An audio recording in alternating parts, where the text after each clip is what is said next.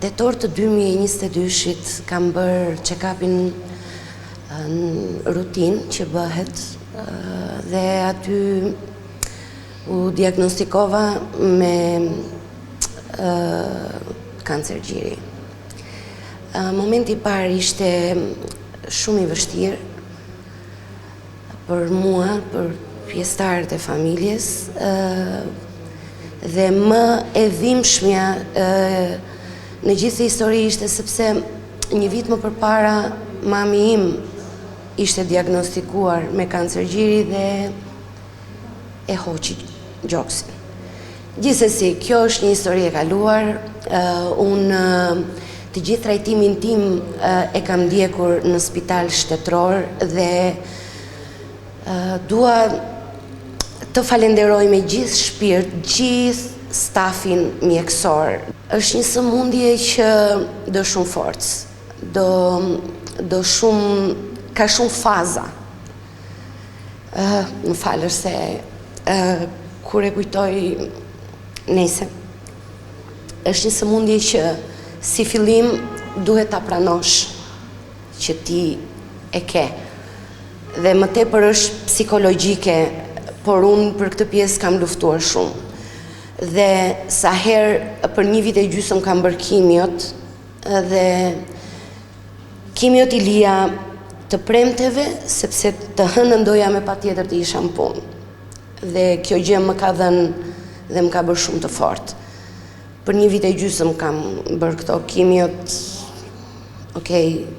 të rëndojnë shumë fizikisht, por e gjeja forcën për hir të dy vajzave që kam. Ato më dhanë forcën dhe fuqinë që unë të ecja. Gjatë kësaj periudhe ka patur momente shumë të dhimbshme. Domethënë, një moment e humba komplet, ndoshta u lodha, ndoshta nuk e di çfarë ndodhi me mua, por vajza ime vogël më ka ardhur në dhomë, më ka përqafuar dhe më ka thënë ti je mami më e bukur në botë. Atë moment nuk kam për ta harruar kurrë. Unë nuk isha as flok. Ajo më ka dhënë forcën më të madhe. Gjithsesi, unë dua të bëj një thirrje për të gjitha vajzat dhe për të gjitha gratë që nëse u jepet mundësia, duhet ta bëjmë patjetër mamografin apo ekon e gjirit. Sa më herët të kapet, aq më e kurueshme është. Unë kam arritur në fazën që çdo 6 muaj duhet të bëj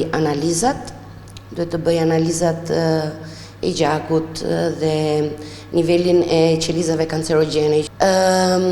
Dhe jam në periudhën që një herë në 6 muaj duhet të bëj këtë kontroll. Gjithashtu, çdo 3 muaj unë bëj një gjilpër, e bëj këtu tek Spitali i Vlorës. Dhe për ditë marr një ilaç çdo ditë për 3 vjet, do ta vazhdoj këtë. Jeta është e bukur. Ju lutem, me patjetër duhet bërë kontrolli dhe check-upi çdo vit.